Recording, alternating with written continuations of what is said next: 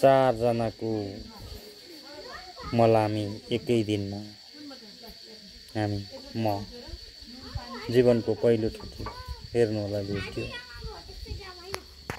आज धेरै दुःख लागिरहेको छ। जिन्दगीमा पहिलो चोटि 4 जनाको एकैचोटि एउटै क्यान्डाडामा लुकाइँदै यति धेरै दुःख र यस्तो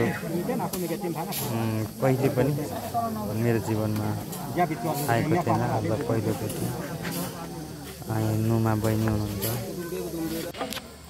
नुमा बहिनीको यो पहिलो बिचरा नुमा बहिनी छोडेर गएको हो। र अब एकछिन पछाडि फेरि दोस्रो आउने कुरा छ। अब यहाँनिर हामी चाहिँ यो सकेर फेरि घर पुगे जस्तो गरेर फेरि फर्किनु पर्नेछ। लाइफको पहिलोचोटि एकै दिनमा 4 जना थोरै चान्डाडामा लुकाइएको ऐतिहासिक क्षण लागेको छ मलाई। अरू मन पनि यति धेरै खिन्न छ कि लाग्छ। हार्दिक श्रद्धाञ्जली बहिनी।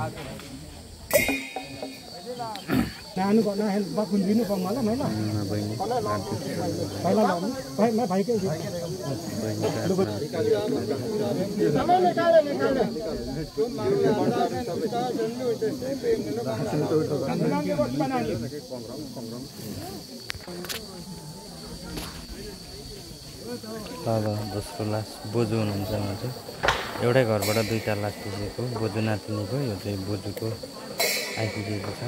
उहाँलाई अन्त्येष्टिको लागि घुमाइरहेको माथि। म चाहिँ अलिक टाढा गएको थिएँ, त्यही भएर ठुलो भयो। मैले टाढैबाट भिडियो लिइरहेको थिएँ। बोजूको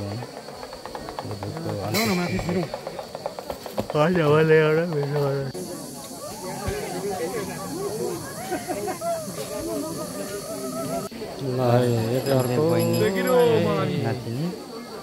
ल फेरि पेगिरो मलामी च्याउ खाएर आजको ऐतिहासिक मलामी भयो होइन। त्यसले गर्दाखेरि एकै दिनमा 4 जनाको लास गाइजहरू है।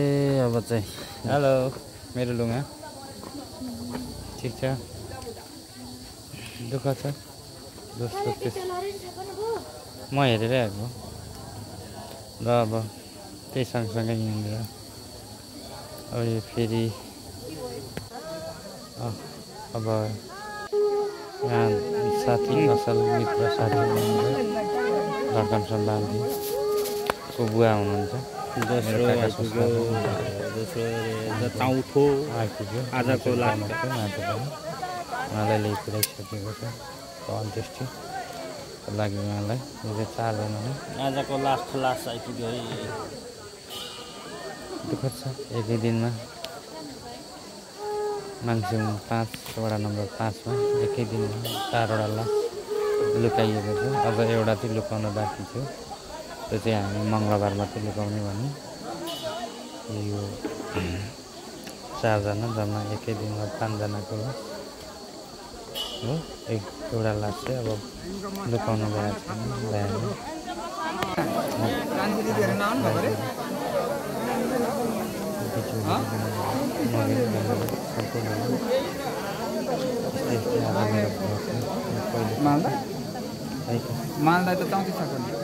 अनि आउँदै बाटोमा एउटा ट्र्याक्टर एक्सिडेन्ट भएर बहिनीलाई चाहिँ हस्पिटल पुऱ्याएको छ। गाडीमा बस्ने